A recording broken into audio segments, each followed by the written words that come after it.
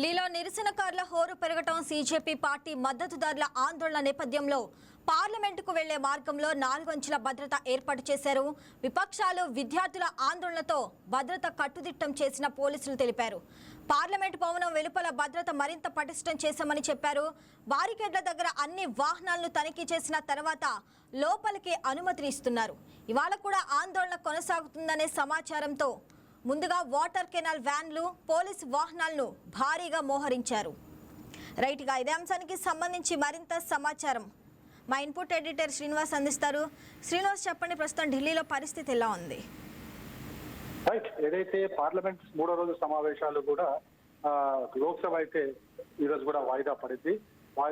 ప్రారంభమైన కొద్ది నిమిషాలకే ప్రతిపక్ష పార్టీలు సభను స్తంభింపం చేయడంతోనే వెంటనే స్పీకర్ సభను వాయిదా వేస్తూ 12 గంటలకు వాయిదా వేస్తూ నిర్ణయం తీసుకోవడం జరిగింది.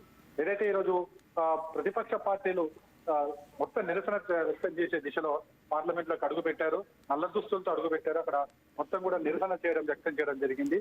ఏదైతే నిన్న రాత్రి ప్రధాని నివాసం ఎదుట రాహుల్ గాంధీ, ప్రియాంక గాంధీ, మల్లికార్జున ఖర్గే, అదేవిధంగా పార్టీ సీనియర్ నేతలతో కలిసి కాంగ్రెస్ పార్టీ ధర్నా చేయడం జరిగింది. ధర్నా రాత్రి వరకు కొనసాగిన నేపథ్యంలో ఇటు పోలీసులు వాళ్ళని ధర్నాను విరింపజేసే ప్రయత్నం ఎంత చేసినప్పటికీ కూడా కాంగ్రెస్ నేతలు మనసు పట్టు వీడలేదు. వాళ్ళు 5 డిమాండ్లు పెట్టడం జరిగింది.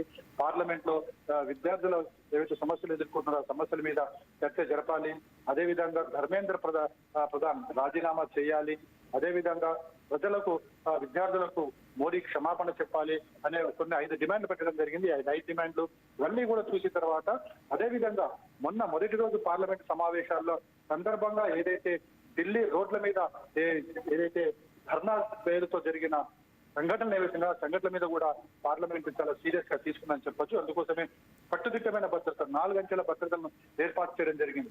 ఎవరిని కూడా బయట వ్యక్తులు లోనికి రానియకుండా ప్రతి వాహనాన్ని క్షుణ్ణంగా పరిశీలిస్తూ ప్రతి వ్యక్తికి ఐడెంటిటీ కార్డును పరిశీలిస్తూ ఎవరైతే పార్లమెంట్ లో లోపలికి వెళ్తున్నారో వాళ్ళ ఐడెంటిటీని కూడా చెక్ చేసిన తర్వాతనే లోనికి పంపిస్తున్న పరిస్థితి అయితే ప్రస్తుతం పార్లమెంట్ ఆవరణలో కనిపిస్తుంది.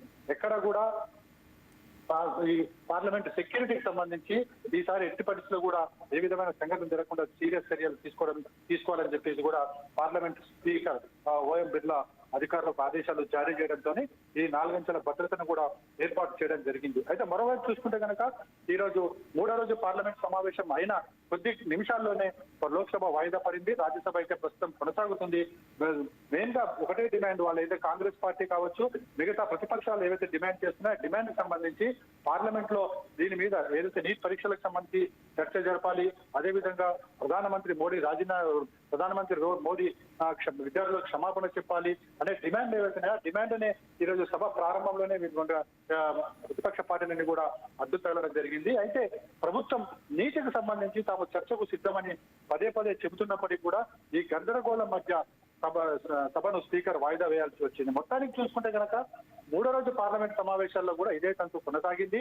మరి 12 గంటలకు కూడా వాయిదా వేశారు కనుక 12 గంటల తర్వాత లోక్సభ జరుగుతుందా లేదో చూడాలి. ఎందుకంటే ఆ లోపు ప్రధానమంత్రి కార్యాలయం కావచ్చు, అదేవిధంగా కేంద్ర ప్రభుత్వం కావచ్చు, మంత్రులు కాంగ్రెస్ పార్టీ వద్దకు, అదేవిధంగా మిగతా ప్రతిపక్షాల వద్దకు వెళ్లి సభను సజావుగా సాగనిచ్చేందుకు, అదేవిధంగా నీటి పరీక్షకు సంబంధించి ప్రభుత్వం చర్చకు సిద్ధంగా ఉందని చెప్పే ప్రయత్నం అయితే చేయబోతున్నారు.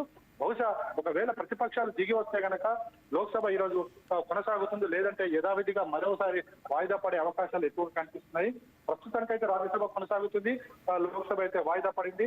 మరోవైపు ఢిల్లీ మొత్తం కూడా రెడ్ అలర్ట్ ప్రకటించడం జరిగింది. ఎక్కడ కూడా ఎలాంటి అవాంఛనీయ సంఘటన జరగకుండా పోలీసులు అదేవిధంగా ఇతర బలగాలంతా కూడా రెడ్ అలర్ట్ తోనే పూర్తి స్థాయి అలర్ట్ తోనే ఉన్నారు. ముఖ్యంగా పార్లమెంట్ ప్రాంగణం చుట్టూ అయితే 4 అంచెల భద్రత కొనసాగుతుంది. Right Srinivas, thanks for the updates.